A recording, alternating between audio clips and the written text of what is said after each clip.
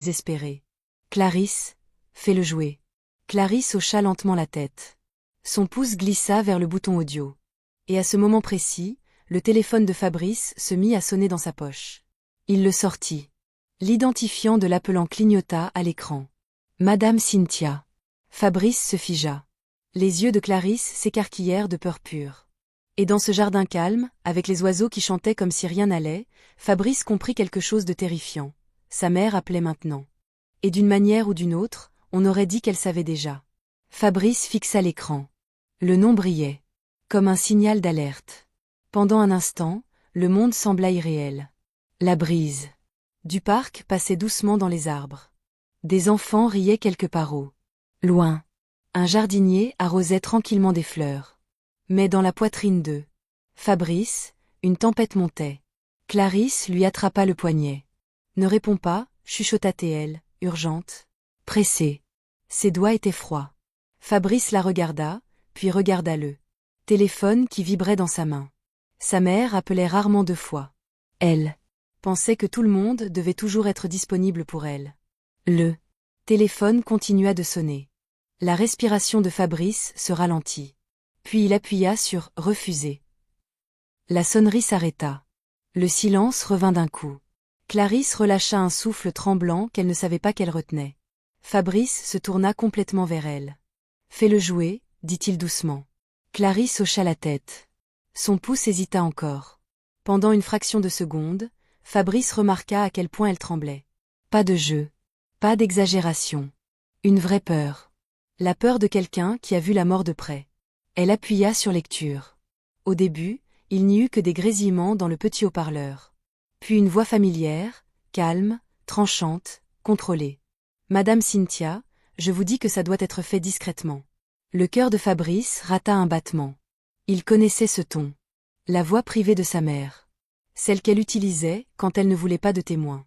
Juste froide. « Elle est déjà faible, madame, » dit la voix d'un homme, nerveuse. « Elle est déjà faible, » répondit madame Cynthia. La fille mange à peine. Tout le monde croit déjà qu'elle est malade à cause du stress. Les doigts de Fabrice se crispèrent sur le banc. Clarisse l'observait avec prudence. L'enregistrement continua. « J'ai attendu 5 ans, » dit la voix de madame Cynthia. 5 ans sans enfant. Mon fils est le dernier de ce nom. Cette femme n'enterrera pas ma lignée. Quelque chose se fissura à l'intérieur de Fabrice. Clarisse baissa les yeux. Si la nourriture échoue, continua madame Cynthia avec désinvolture, les garçons s'occuperont du reste. Un braquage qui tourne mal. Les routes sont dangereuses ces jours-ci.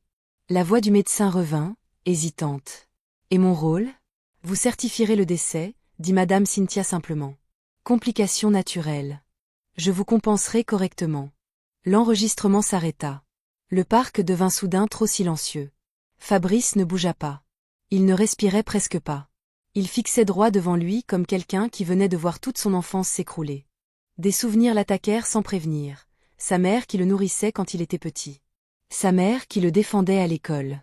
Sa mère qui lui tenait la main à l'enterrement de son père. Elle avait été forte, protectrice, incassable. Mais maintenant, cette même voix venait d'organiser un meurtre avec calme. Fabrice se couvrit le visage des 2 mains. C'est truqué, dit-il faiblement, alors que même lui n'y croyait pas. Clarisse secoua doucement la tête. Il y a plus. Elle ouvrit un autre fichier. Fabrice la regarda vite. Tu veux dire ? Elle hocha la tête. Le 2e enregistrement démarra. La voix du médecin encore, plus basse, nerveuse. Je ne peux pas la garder ici longtemps. Quelqu'un peut poser des questions. Madame Cynthia répondit immédiatement. Déclarez-la morte demain matin. Je vais arranger la morgue. Après l'enterrement, personne ne remettra quoi que ce soit en question. Le médecin hésita. Et le mari ? Un petit silence. Puis madame Cynthia soupira. Mon fils me fait entièrement confiance. Ces mots poignardèrent Fabrice plus profondément que tout.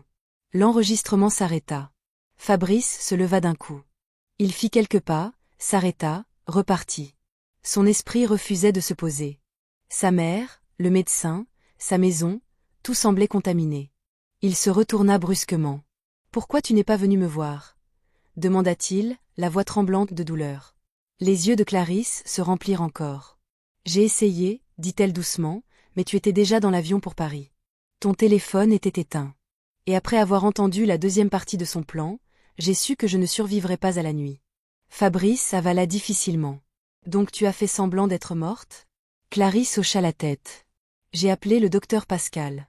Tu te souviens de lui? Le vieux médecin qui a soigné ton père il y a des années. Fabrice hocha lentement la tête. Il m'a cru, continua-t-elle. Il m'a aidé à simuler des symptômes. Respiration lente, pouls faible. Juste assez pour convaincre le médecin de ta mère que le poison avait marché. Fabrice se rassit lentement. Mon Dieu! La voix de Clarisse se brisa. Ils ont amené mon corps à la morgue, mais avant minuit, le docteur Pascal est venu en secret et m'a sorti de là. Fabrice la regarda, stupéfait. Pendant une semaine, dit-elle à voix basse, je me suis cachée, j'ai changé d'endroit, j'ai évité tout ce qui était lié à ta famille. Elle essuya ses larmes. Je ne savais pas qui d'autre était impliqué. La mâchoire de Fabrice se serra. Le poids de la trahison s'installa lourdement. Pas juste la colère. Le deuil. Parce que la trahison d'inconnu fait mal, mais la trahison de la famille change quelque chose de permanent à l'intérieur de toi. Fabrice regarda Clarisse encore. Et tu es venue au marché aujourd'hui. Elle hocha faiblement la tête. Je n'avais plus d'argent. J'avais besoin de manger. Je pensais que je pouvais rester caché encore un peu. Fabrice laissa échapper un rire doux, cassé. Une semaine, dit-il. Je t'ai pleuré pendant une semaine. Sa voix craqua. Je suis resté près de ton lit vide chaque nuit. Clarisse attrapa sa main. Je suis désolée. Fabrice secoua vite la tête. Non. Non, tu as survécu. C'est ça qui compte. Il l'attira contre lui. Une étreinte serrée, protectrice, réelle. Longtemps, aucun mot. Juste la respiration. Juste le soulagement. Juste la douleur qui fondait lentement en compréhension.